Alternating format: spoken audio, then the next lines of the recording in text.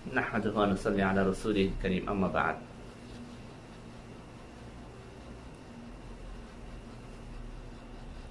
আল্লাহ তাআলা কালামে পাকে ইরশাদ ফরমান যে ওমান যুহজিহা আনিন নার ওয়া উদখিলাল জান্নাহ, যে জাহান্নামের আগুন থেকে বেঁচে গেল এবং জান্নাতে দাখিল হইল ফাকাদ ফাজ, এবং সে কামিয়াব, সে সফলতা লাভ করলো। আর এই যে দুনিয়ার হায়াত, ওমাল হায়াত ইল্লা মাতাউল গুরুর, এই দুনিয়ার হায়াত হলো ধোঁকার সামানা। এই দুনিয়ার হায়াতটাকে উপলব্ধি করতে পারা এটা অনেক বেশি জরুরি।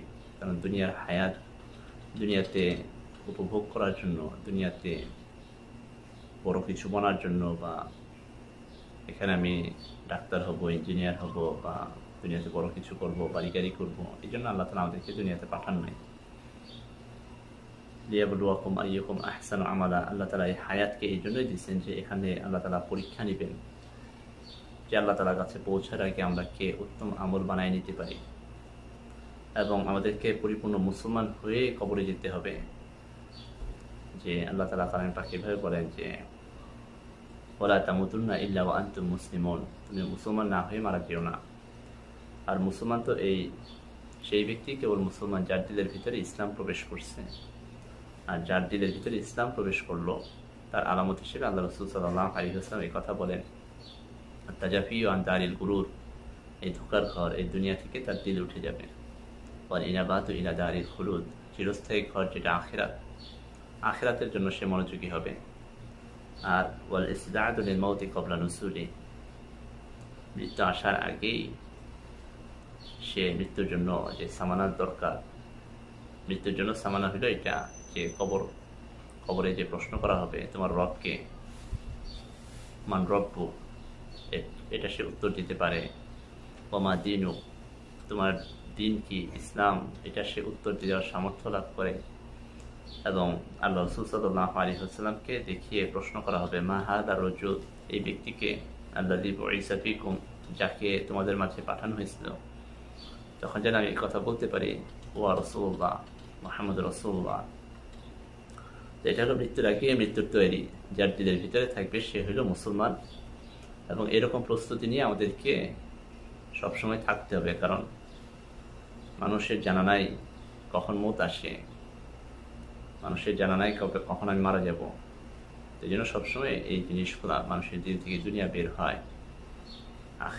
আখেরাত তার লক্ষ্যবস্তুতে পরিণত হয় এবং মৃত্যুর জন্য সে তৈরি করে রাখে। এটা হলো আমাদের ইসলামের বুনিয়াদী জিনিস, এটা ইসলামের মূল দাওয়াত। আজকে যে কথাটা বলতে যাচ্ছিলাম, যে কারণে আজকের ভিডিওটা, যে কারণে সেটা হলো একটা হাদিস দিয়ে একটু আলোচনা করব, যেটা আগেও আলোচনা করেছি। তো মাঝখানে একটা স্বপ্ন দেখলাম, বিধায় একটু আলোচনাটা আবার উম্মতের সামনে নিয়ে আসি। আল্লাহ তাআলা যাকে তৌফিক দেয় আল্লাহ তাআলা তার চোখ খুলে দিবেন ইনশাআল্লাহ। সেটা হলো ইয়াইদু আইদুন বিল বাইতি সায়াউযু আইদুন বিল বাইত, যে ঘরে অর্থাৎ বাইতুল্লাহতে এক ব্যক্তি আশ্রয় নিবে, ফায়ুকতাল, এবং তাকে হত্যা করে ফেলা হবে। সুম্মা ইয়ামকুসুন নাসু মিন দাহরিহিম, সুম্মা ইয়ামকুসুন নাসু বুরহাতাম মিন দাহরিহিম, তো তাদের ওই ঘটনার পরে মানুষের মধ্যে বুরহা নামক একটা সময় পার হবে, একটা জমানা পার হবে। সুম্মা ইয়াউযু আখর, তারপরে দ্বিতীয় আরেক ব্যক্তি আশ্রয় নিবে।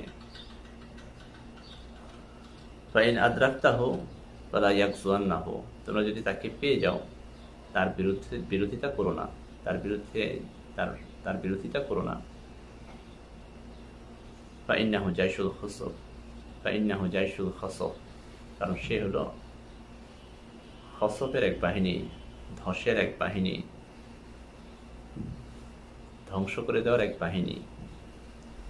তো এটা তো হাদিস, এটা মশহুর হাদিস, এটা নিয়ে অনেক আলেমরাই আলোচনা করছেন, এবং কিতাবুল ফিতানে এই হাদিসটা বাংলাদেশের মুফতি কাজী ইব্রাহিম সাহেব ওনার বয়ানে বলছেন। ঘটনাটা যেটা হলো, সেটা প্রথমে এক ব্যক্তি ঘরে আশ্রয় নিবে, বাইতুল্লাহ আশ্রয় নিবে, আল্লাহর ঘরে আশ্রয় নিবে, তো তাকে হত্যা করে ফেলা হবে। এটা 1979 সালের নভেম্বরের 20 তারিখ মোহাম্মদ বিন আব্দুল্লাহ আল কাহতানি বলে এক ব্যক্তি এবং তার সাথে প্রায় 300 সশস্ত্র বাহিনী ফজরের নামাজের পরে বাইতুল্লাহ হারাম আল্লাহর ঘরকে দখল করে নেয় এবং এটা প্রায় 15 দিন পর্যন্ত অবরোধ থাকে। তারপরে এদের সাথে সৌদি আর্মি বাহিনীর সরাসরি গোলাগুলি হয় এবং একসময় তাদের অনেকে মারা পড়ে, আর্মিদের অনেকে মারা পড়ে এবং শেষ পর্যন্ত তাদের সবাইকে ধরে ফেলা হয় এবং আত্মসমর্পণ করে তাদেরকে মৃত্যুদণ্ড দেওয়া হয়। এই তো ঘটনা। কিন্তু তারপরে হাদিসের পরে একটা অংশ যেটা সুম্মা ইয়ামকুসুন নাসু বুরহাতান মিন দাহরিহিম, তো তাদের এই ঘটনার পরে বুরহা নামক একটা সময় পার হবে। এবং এই বুরহা শব্দটা যে কি, এটা তো মুফতি কাজী ইব্রাহিম সাহেব 33 থেকে 40 বছরের মধ্যে আরেকজন আশ্রয় নেবে কাবা শরীফে। সে আশ্রয় নেওয়া এখন ঘটেনি, কিন্তু যে 33 থেকে 40 বছর আমরা তো দেখতে পাচ্ছি একেবারে সময় ঘনিয়েছে। 79 থেকে যদি 33 থেকে 40 বছর হিসাব করি, তাহলে আগামী 2-3 বছরের মধ্যে ঘটতে পারে বলে এই বক্তব্য থেকে আমরা প্রমাণ পাচ্ছি। 40 বছর বয়স, 40 বছর পর্যন্ত এরকম ঘটনা আর ঘটবে না। আমরা যদি বাস্তবে দেখি 33 থেকে 40 বছর, অর্থাৎ 33 বছর পুরা হয় 1979 সালের নভেম্বর থেকে 2012 সালের নভেম্বরে 33 বছর পুরা হয়, আর 40 বছর পুরা হয় 2019 সালের নভেম্বরে। তো 2019 সালের নভেম্বর পর্যন্ত সর্বোচ্চ, এর মাঝখানে আর এরকম কোনো ঘটনা ঘটবে না যে মক্কা বাইতুল্লাহতে আর কেউ আশ্রয় নিল বা মক্কাতে আর কেউ আশ্রয় নিল, এটা এরকম আর কেউ ঘটবে না। এবং আমরা দেখছি যে এরকম ঘটে নাই, কারণ আল্লাহ রাসূলের হাদিস এটা তো কখনো নড়চড় হবে না। কারণ আল্লাহ রাসূলের জবান থেকে যে কোনো কথা বের হয়েছে, এই কথা সরাসরি আল্লাহ পাকের ইশারাতেই বের হয়েছে। আল্লাহ তাআলা স্বয়ং কালামে পাকে এই কথা, এটা আল্লাহ রাসূলের কথার সার্টিফাই করে নেভাবে ইন হুয়া ইল্লা ওয়াহয়ু ইউহা, যে সে তো আল্লাহ তাআলার ইশারা ছাড়া, আল্লাহ তাআলার দিক নির্দেশনা ছাড়া কোনো কথাই বলে না। আল্লাহ রাসূলের জবান থেকে যত কথা বের হইতো, এই কথা সরাসরি আসলে আল্লাহ তাআলারই কথা। আল্লাহ তাআলা এই খবরগুলো আল্লাহ রাসূল সাল্লাল্লাহু আলাইহি ওয়াসাল্লামের জবান থেকে, মুখ থেকে বের করছেন। এই জন্য আমরা যে কথা বলি যে আমানতু বিল্লাহি ওয়া মালাইকাতিহি ওয়া কুতুবিহি ওয়া রাসূলিহি, আল্লাহ রাসূলের উপর ঈমান আনা মানে হলো আল্লাহ রাসূলের প্রত্যেকটা কথার উপর ঈমান আনা। তো যাই হোক, তারপরে হাদিসের এই 40 বছর পরে আরেকজন ব্যক্তি প্রকাশ পাবে মক্কাতে। আল্লাহ তাআলা এরপরে বাংলাদেশের মানুষ দেখছে, বা 2019 সালের নভেম্বর পর্যন্ত কেউ প্রকাশ পায় নাই। তারপরে 2020 সালের শুরু থেকে, জানুয়ারি ফেব্রুয়ারি থেকে আমি ভিডিওগুলো আপলোড দেওয়া শুরু করি। এবং তারপরে 2020 সালের আগস্ট মাসে যখন কিছু মানুষ দেশে, বাংলাদেশের বাইরে, মক্কাতে বিভিন্ন জায়গা থেকে প্রায় 300-র অধিক মানুষ আমার উপর বায়াত হয়ে যায় এবং আল্লাহ তাআলার পক্ষ থেকে আমি ইশারা লাভ করি যে এখন মানুষের সামনে এটা প্রকাশ করার সময়। আমি সেটাকে 2020 সালের 16 আগস্টে মানুষের সামনে প্রকাশ করি। তো হাদিসের শেষ অংশ যেটা, এই অংশটা নিয়ে মূল আলোচনা বিষয় আজকে যেটা কথা বলতে যাচ্ছিলাম, বা স্বপ্নে আমাকে যেটা বলা হয়েছে, সেটা হলো ফাইন আদরাকতাহ, তোমরা যদি তাকে পেয়ে যাও, ফালা তাকজুয়ান্নাহু, তারপরে তার সাথে বিরোধিতা করো না, তার সাথে সংগ্রাম করো না, তার বিরুদ্ধে যেও না। ফাইন্নাহু জাইশুল খসফ, সে হলো খসফের এক বাহিনী। এখন খসফ শব্দ যেটা, খসফ শব্দটা সবাই ভূমিধ্বস এই ধরনের কথা, এই অর্থটাই বলে।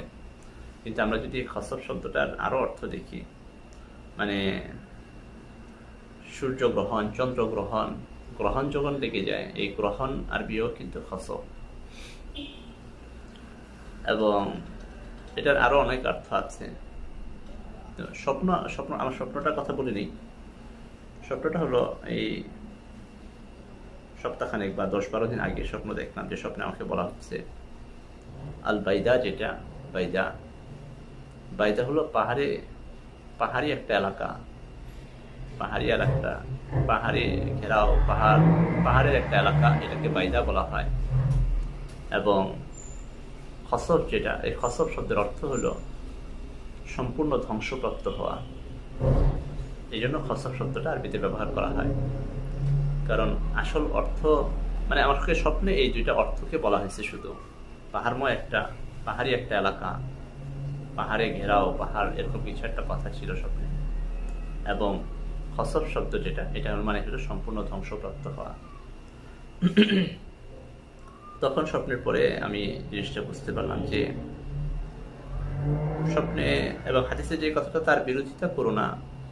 কারণ সে হলো, তাহলে খসফের অর্থ যদি সম্পূর্ণ ধ্বংসপ্রাপ্ত হওয়া হয়, তাহলে লোকজন বাংলাদেশে আমার বিরোধিতা করতেছে, আলেম সমাজ বিরোধিতা করতেছে। তো হাদিসের কথা হলো, তাহলে এরা ধ্বংসপ্রাপ্ত হবে, বাংলাদেশের মানুষ বা যে কেউ আমার বিরোধিতা করতেছে তাদেরকে ধ্বংস করা হবে, বা এই সময় ধ্বংসের কার্যকলাপ শুরু হবে। তো এখন খেয়াল করে দেখি, এখন খেয়াল করলে, কারণ আল্লাহ তাআলা আল্লাহ রসুলের মাধ্যমে যে খবরকে দিচ্ছেন, আল্লাহর ওয়াদা সত্য, এই ওয়াদাগুলো অবশ্যই পুরা হবে। যে সারা দুনিয়াতে এখন প্রচুর দিক থেকে ধস নেমে আসছে, এটা জমি ধস নামতে হবে এরকমই না, অর্থনীতিতে ধস আসছে। মানুষের যত ধরনের শিল্প কারখানা, ব্যবসা, যত জিনিস আছে সব কিছুতে সারা দুনিয়া ব্যাপী আল্লাহ ধস নামায় দিচ্ছেন। এবং এটা খেয়াল করে দেখি, যখন লোকজন আমাকে এই অপবাদ দিচ্ছিল, এই তহমত দিচ্ছিল, আমার বিরোধিতা করা শুরু করেছিল এই 2020 সালের রমজান মাস থেকে এবং রমজান মাসের আগে, ওই সময় থেকে, এবং সাথে সাথে ওই সময়টাতে সারা দুনিয়াতে করোনা ভাইরাসের যে লকডাউনের যে কড়াকড়ি একটা অংশ, লকডাউন, এবং তার মাধ্যমে অর্থনৈতিক ধস এবং মানুষের জীবনযাত্রায় ধস নামা, বাংলাদেশে প্রচুর বিপদ আসা, একের পর এক বন্যা পরিস্থিতি, মানুষের জীবনে, মানুষের বেকারত্বে, মানুষের সব কিছুতে যে ধস নামছে, এবং এটা দুনিয়াব্যাপী এখনো চলতেছে।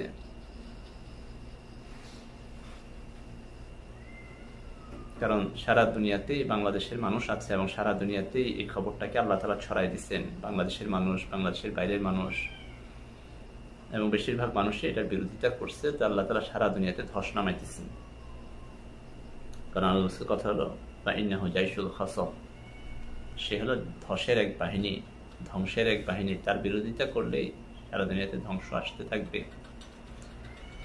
এখন এই ধ্বংস, কারণ বাংলাদেশের আলেম সমাজ, বাংলাদেশের আলেম গোষ্ঠী, তাদের যে বক্তব্য, ইমাম মাহদী আসার সময়টা একেবারে নিকটবর্তী, এটা তারাও মানতেছে। তারাও তাদের বিভিন্ন বক্তৃতাতে, লেখনীতে, বা আমার বিরোধিতা যখন করছে তখনও তারা এই কথা বলছে যে ইমাম মাহদী আসার সময়টা ঘনায় গেছে। এখন এখানে খেয়াল করার বিষয় যেটা, ইমাম মাহদী কখন আসবেন? ঠিক ওই সময় আসবেন যখন ইসলাম একেবারে বিলীন হয়ে যাওয়ার মতো অবস্থা। ইমাম মাহদী এখন আসার সময়, তাহলে এটাকেও মানতে হবে এখন ইসলাম বিলীন হয়ে যাওয়ার সময় হয়েছে, ইসলাম একেবারে বিলীন হয়ে যাওয়ার মতো হয়ে গেছে। কিন্তু ওইটাকে মানতেছে যে ইসলাম আসা, ইমাম মাহদী আসার সময় হয়েছে, কিন্তু ইসলাম যে এখন একেবারে কঙ্কালসার অবস্থা, বা ইসলাম যে একেবারে প্রায় ধ্বংসপ্রাপ্ত অবস্থায় আছে, এটাকে মানতে রাজি হচ্ছে না। আল্লাহ পাক সবাইকে বুঝ দান করে, আল্লাহ পাক মানুষকে বোঝার তৌফিক দান করে। সারা দুনিয়াতে বাতিলের শক্তি অনেক বেশি, বাতিলের চক্রান্ত, বাতিলের শক্তি, বাতিলের বুদ্ধিমত্তা অনেক বেশি। কিন্তু আমাদের মুসলমানদের অবস্থা, মুসলমানদের পরিকল্পনা, মুসলমানদের আলেম সমাজ এখনো এই সব কিছু থেকে অনেক অনেক বেশি পিছিয়ে আছে। সারা দুনিয়াতে যারা দুষ্ট লোক বা ইভিল সোসাইটি বা সিক্রেট সোসাইটি যারা আছে, এরা যে স্তরে কাজ করতেছে, এরা এখন আবহাওয়াকে এরা খোদা বনার জন্য প্রতিযোগিতা নেমে গেছে। যখনই আমাকে স্বপ্নে কোনো তথ্য দেওয়া হয় বা স্বপ্নে কোনো তথ্য আমি পাই, তো ঘুম থেকে ওঠার সাথে সাথে সেটাকে আমি লিখে রাখি ইদানিং, না হলে অনেক সময় শয়তানে ভুলায় দেয়। কিছুদিন আগে স্বপ্নে এটা দেখানো হয়েছিল আমাকে, N12 KGE, মানে এই শুধু এই একটা সংখ্যা N12 KGE। তো এটা নিয়ে তো পরে যখন একটু ঘাটাঘাটি করলাম, তো তখন দেখলাম যে এটা N12 হলো, যেমন আরবিতে যেমন সংখ্যাতাত্ত্বিক মান আছে প্রতিটা হরফের, এমনি এই ধরনের যে ভাষাগুলো আছে, যে ভাষাগুলোতে আল্লাহ তাআলা কিতাব নাজিল করছেন, ওই প্রত্যেকটা ভাষাতে সংখ্যাতাত্ত্বিক মান আছে। যেমন হিব্রু ভাষাতে তাওরাত নাজিল দিছে, হিব্রু ভাষার সংখ্যাতাত্ত্বিক মান আছে সবগুলা অক্ষরের। তো এবং মজার ব্যাপার হলো হিব্রু ভাষার যে আলফাবেটগুলা, হিব্রু ভাষার যে হরফগুলা, এই হরফগুলার নাম এবং আরবি ভাষার যে হরফ প্রায় একই রকম। যেমন ওদের প্রথম হরফের নাম আলিফ, ওদের দ্বিতীয় হরফের নাম বেট, এবং এরকম বাকি হরফগুলা। আর হিব্রু ভাষাতে মিম আছে, ওটার নামও মিম। হিব্রু ভাষাতে নুন আছে, ওটার নাম নুন। হিব্রু ভাষাতে ওয়া আছে, ওয়াওয়ের মতো যেটা, এটা ওয়া। এবং এটা প্রত্যেকটার যে মান, আলিফের মান আরবিতে 1, হিব্রুতেও 1, বেটের মান আরবিতে 2, বার মান আরবিতে 2, বেটের মান আর হিব্রুতে 2, ওয়ার মান আরবিতে 6,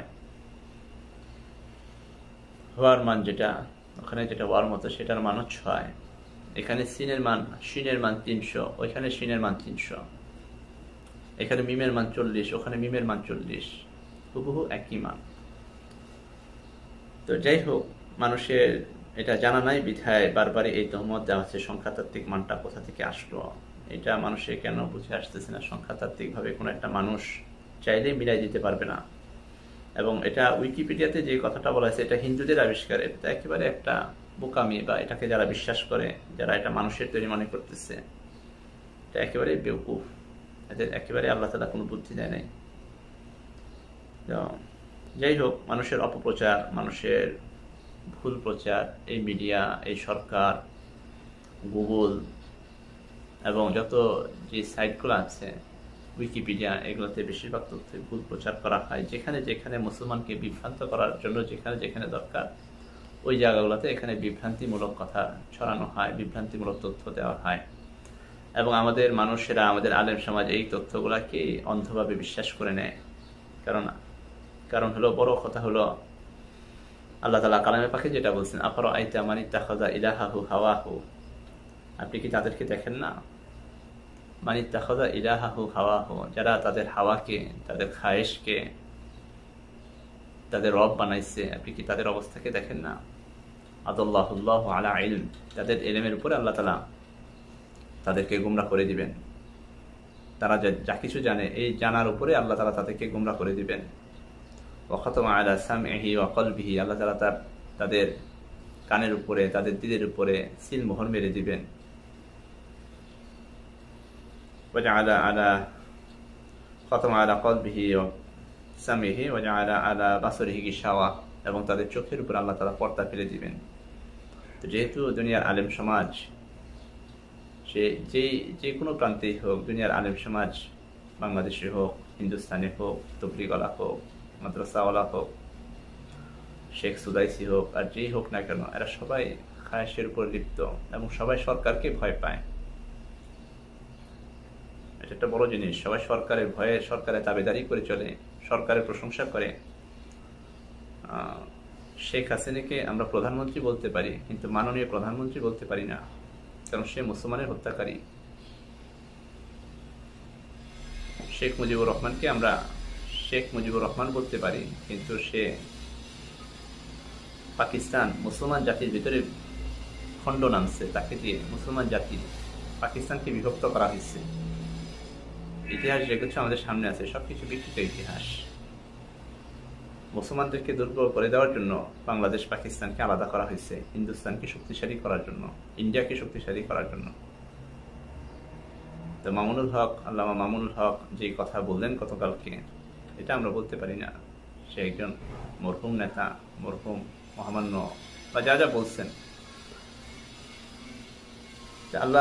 আল্লাহ পাক হেফাজত করে এই জিনিসগুলো থেকে। সত্য কথা বলতে হবে, সত্য কথা, হক কথা, কারণ আমাদেরকে আল্লাহর সামনে দাঁড়াইতে হবে। দুনিয়ার হায়াত যে কোনো অবস্থাতে শেষ হয়ে যাবে, দুনিয়ার হায়াত যে কোনো হালতে শেষ হয়ে যাবে, কিন্তু আখিরাতের হায়াত শুরু হবে, এটা আর কখনো শেষ হবে না। এখানে আমি যা কিছু বলতেছি, যা কিছু করতেছি, যা কিছু মুখে বলি, যা কিছু হাতে পায়ে করি, সবকিছুর প্রতিদান আল্লাহ তাআলা দিবেন। এবং আল্লাহ তাআলা কালামে পাকে বারবারই এই কথা বলছেন যে ফালা তাখশাউন নাস ওয়াখশাউনি, মানুষকে ভয় পেও না, আমাকে ভয় পাও। যে মানুষকে ভয় পাওয়া, এটা যে মানুষকে ভয় পেল সেটা এই কোরআনের এই আয়াতের উপর ঈমান আনলো না, এই আয়াতের উপর তার ঈমান নাই। ফালা তাখশাউহুম ওয়াখশাউনি, আরো একাধিক জায়গাতে আল্লাহ তাআলা বলছেন মানুষকে, তাদেরকে, সরকারদেরকে, শেখ হাসিনাকে ভয় পেও না, শেখ হাসিনার বন্দুককে ভয় পেও না, হিন্দুস্তানকে ভয় পেও না, আল্লাহকে ভয় পাও। তো এইভাবে সত্য কথা বলতে হবে। দুনিয়ার কোনো রাজা বাদশার কোনো ক্ষমতায় নাই। মোহাম্মদ বিন সালমান বলি, জো বাইডেন বলি, ডোনাল্ড ট্রাম্প বলি, নেতানিয়াহু বলি, বা পুতিন বা আর যেই হোক, শেখ হাসিনা, নরেন্দ্র মোদী, এরা সবাই মাটি, এদের কোনো ক্ষমতা নাই আল্লাহ তাআলা ক্ষমতার সামনে। তো এই জন্য আল্লাহ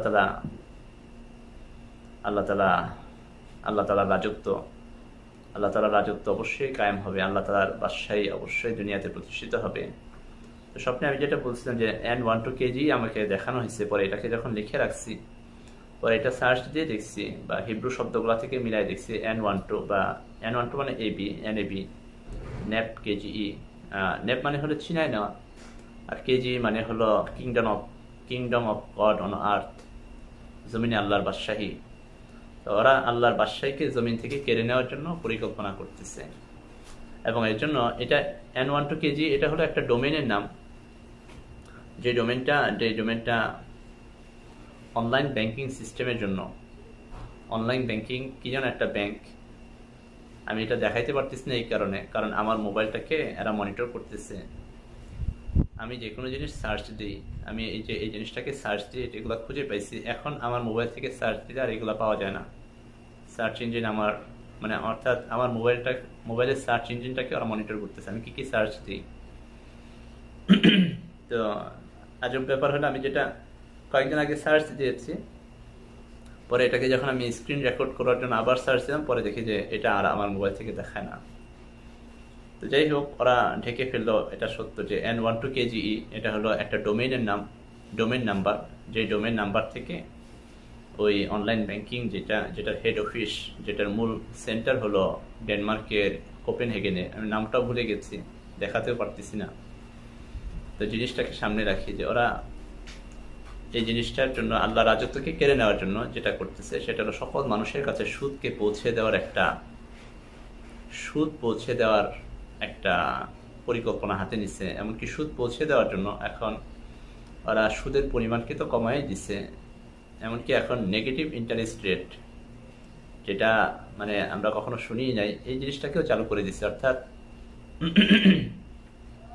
নেগেটিভ ইন্টারেস্ট রেট মানে হলো 100 টাকা লোন নিলে 99 টাকা, উদাহরণস্বরূপ 99 টাকা ফেরত দিতে হবে, কিন্তু সবার মানুষের কাছে ব্যাংকের টাকা পৌঁছানো, এটা হলো ওদের মূল টার্গেট। কারণ বাকি আল্লাহ তাআলা এই কথা বলছেন যে সুদ নিল সে আল্লাহ তাআলার রাসূলের সাথে যুদ্ধ ঘোষণা করলো।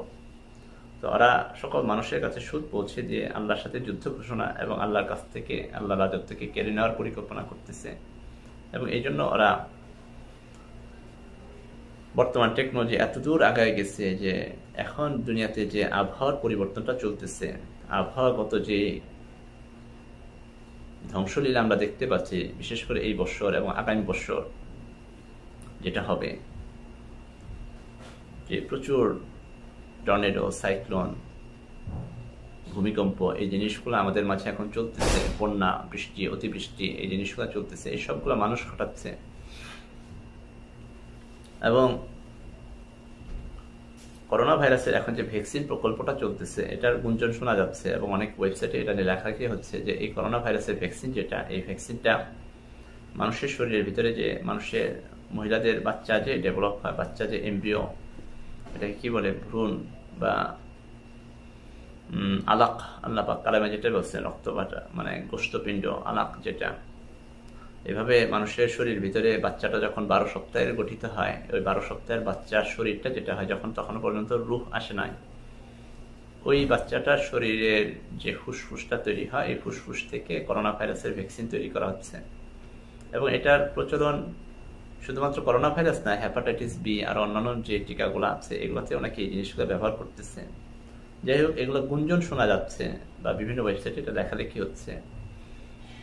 যা কিছু প্রচার, যা কিছুই রটে, এটার কিছুটা তো অবশ্যই সত্য কথা। যাই হোক, এটা সত্য মিথ্যা যাই হোক, কিন্তু আমাদের জন্য জরুরি হলো এই ভ্যাকসিন থেকে দূরে থাকা। কারণ আল্লাহ পাক এটা বলছেন, ওয়ালা তাকরাবু হুদুদ আল্লাহ, আল্লাহর হুদুদের নিকটে তোমরা যেও না।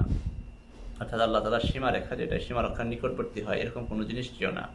যেহেতু এটার গুঞ্জন শোনা যাচ্ছে, এর ভিতরে হারাম উপাদান আছে। কি ভয়ানক কথা যে মানুষের শরীরের অংশ, মানুষের বাচ্চাদেরকে ওরা গলায় পচায় কিছু একটা ওষুধ বানাচ্ছে। এই জিনিসগুলো আমরা ইনজেকশন হিসেবে নিব নিজে বাঁচার জন্য। আল্লাহ তাআলার কাছে কি জবাবদিহিতা থাকবে? এটাকে অবশ্যই হারাম জেনে এখানে ভ্যাকসিন থেকে বেঁচে থাকতে হবে।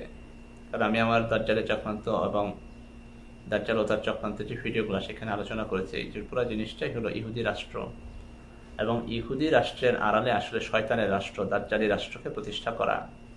এই জন্য এই সব কিছু চলতেছে।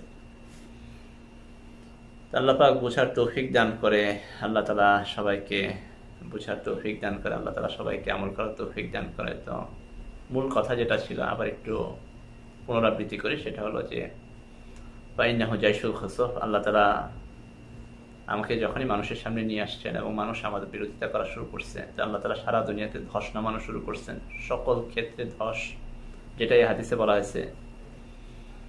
এবং এই ধস কেন নামতেছে? গতকালকে বা গত পরশুদিন আমার এক সাথী ভাই এখানে আমাকে একটা ভিডিও ক্লিপ দেখালো যে দুবাইয়ে কিছু নতুন বিল্ডিং তৈরি করবে, এই জন্য পুরাতন বিল্ডিং গুলাকে ধসিয়ে দিচ্ছে, ব্যবহার করে ধ্বংস করা হয় আবুধাবির। সেখানে নতুন প্রকল্প হাতে নেবে। অর্থাৎ নতুন কোনো প্রকল্প হাতে নিলে অবশ্যই পুরানটাকে ধসাই দিতে হয়। পুরানটাকে শেষ করে না দিলে ওখানে নতুনটাকে কিভাবে সেখানে নতুনটাকে শুরু করবে? তো ঠিক একইভাবে দুনিয়াতে এখন বাতিল যেভাবে বিস্তার করে আছে, এখন আমাদের শিক্ষা ব্যবস্থা, মাদ্রাসা ব্যবস্থা, এই গণতান্ত্রিক ব্যবস্থা, সরকার ব্যবস্থা বা ব্যবসায়ী সিস্টেম, অর্থনৈতিক ব্যবস্থা, চিকিৎসা ব্যবস্থা এবং যত ব্যবস্থাগুলো আছে, যত জিনিস আছে, সবকিছুই বেদিনী। সবকিছুর ভিতরেই ইসলামের বিরুদ্ধাচরণ, ইসলামের বিরুদ্ধে চলে এরকম জিনিস, মিডিয়া, এসব কিছু ইসলাম বিরোধী। এমনকি মাদ্রাসা শিক্ষা ব্যবস্থা যেটা, এখানেও পরিপূর্ণ ইসলামকে সংকীর্ণ করে ছেলেপেলেদের কাছে দেওয়া হচ্ছে। এই টোটাল সিস্টেমটাকে, এই টোটাল ব্যবস্থাটাকে, পরিপূর্ণ ব্যবস্থাটাকে যদি ধস না নামানো হয়, এটাকে যদি ধ্বংস করা না হয়, তাহলে নতুনভাবে ইসলামকে আবার কিভাবে মানুষের মাঝে প্রতিষ্ঠা করা হবে?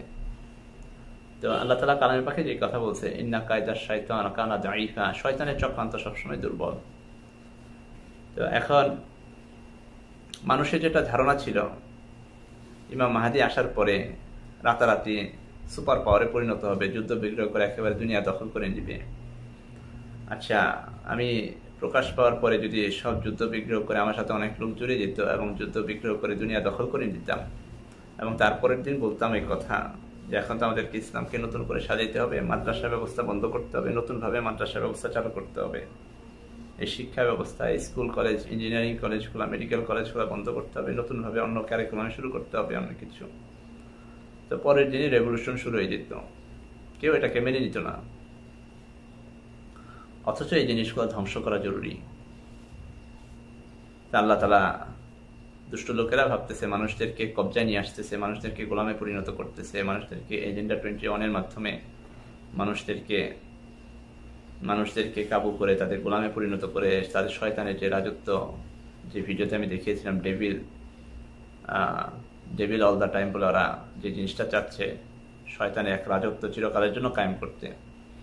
আসলে এগুলোর মাধ্যমে ওরা যে এতদিন ধরে যে বাতিলের জালকে বিস্তৃত করছে, সুদের ব্যবস্থাকে বিস্তৃত করছে, মানুষের দিলকে কলুষিত করার মতো এক শিক্ষা ব্যবস্থা, মাদ্রাসা শিক্ষা ব্যবস্থা, দুনিয়াবী শিক্ষা ব্যবস্থাকে চালু করছে, এই সব কিছুকে ওরা নিজেরাই এখন ধ্বংস করতেছে। ধ্বংস করে আসলে ইসলাম প্রতিষ্ঠা করার জন্য দ্বার উন্মুক্ত করতেছে। আল্লাহ তাআলা সবাইকে বোঝার তৌফিক দান করে। ফাইন্নাহু জাইশুল খুসুফ, এই কারণে যেহেতু লোকজন আমার বিরোধিতা করছে, এবং আল্লাহ তালা এই কারণে সব কিছুকে ধ্বংস করে দিচ্ছেন। তো যেটা আমাকে স্বপ্নে বলা হয়েছে যে খসফ শব্দের অর্থটা শুধুমাত্র ভূমিধস না, এটা মানে সব পুরোপুরি ধ্বংস করে দেওয়া। তো আল্লাহ তালা এখন দুনিয়ার সকলেই বর্তমান যে চলমান ব্যবস্থা এটাকে ধ্বংস করে দিবেন ইনশাআল্লাহ খুব তাড়াতাড়ি, যেন পরবর্তীতে আস্তে আস্তে যখন প্রচুর প্রচুর মানুষ আল্লাহ তালা আমার সাথে জুড়াই দিবেন ইনশাআল্লাহ আগামী 6 মাসের ভিতরে, এটা আল্লাহ তালা ওয়াদা, 6 মাসের ভিতরে আল্লাহ তালা প্রচুর মানুষকে আমার সাথে জুড়াই দিবেন ইনশাআল্লাহ। তো তখন আস্তে আস্তে দেখা যাবে যখন খেলাফত প্রতিষ্ঠিত হয়ে যাবে, আল্লাহ তালা নতুনভাবে আবার ইসলামকে প্রতিষ্ঠা করার জন্য ময়দান তৈরি করে দিবেন। এই জন্য এই ধস অর্থনীতি সব কিছু চলতেছে। আরেকটা জরুরি কথা বলে শেষ করে, সেটা হলো আল্লাহ তালার পক্ষ থেকে আমার কাছে একটা খবর আছে, সেটা হলো 2021 সাল। 2021 সাল হলো প্রচুর তুফান, অর্থাৎ প্রাকৃতিক যে দুর্যোগ এটা প্রচুর বেশি হবে, প্রচুর পরিমাণে প্রাকৃতিক দুর্যোগ, এবং বেশি সম্ভাবনা এটা মানুষের দ্বারা করা হবে, মানুষদেরকে নাজেহাল করার জন্য, মানুষদেরকে পর্যদস্ত অপদস্থ অসহায় বানানোর জন্য এটা করানো হবে। কিন্তু আগামী বছর এটা 2021 সালে এটা প্রচুর পরিমাণে হবে এবং ভূমিকম্প হবে। আল্লাহ তালা সবাইকে বোঝার এবং আমল করার তৌফিক দান করে। আল্লাহ তালা হায়াতের সাথে তো কোনো ওয়াদা নাই, কে বাঁচবে কে মারা যাবে, এটা তো দুনিয়ার হায়াত তো শেষ হবে, কিন্তু জরুরি হইল আমরা প্রত্যেকে ঈমান নিয়ে মারা যাই, লা ইলাহা ইল্লাল্লাহ মুহাম্মাদুর রাসূলুল্লাহ, এটা আমাদের শেষ কালেমা হয়। আল্লাহ তাআলা সবাইকে তৌফিক দান করেন, আমিন।